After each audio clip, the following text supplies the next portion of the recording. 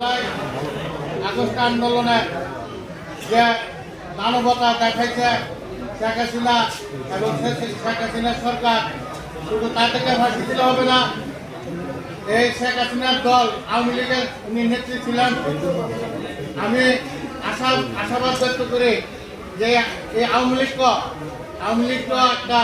নিষিদ্ধ এবং ফ্যাসিস্ট ঘোষণা করে এবং আওয়ামী লীগের বিরুদ্ধে বর্তমান সরকার এবং আগামী সরকার আগামী দিনে আওয়ামী লীগ এবং আওয়ামী লীগের যে দূষণ আছে, বিশেষ করে জাতীয় পার্টি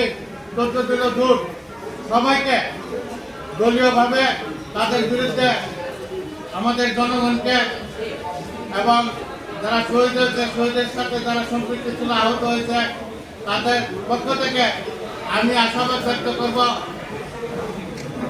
শেখ হাসিনা একটা দল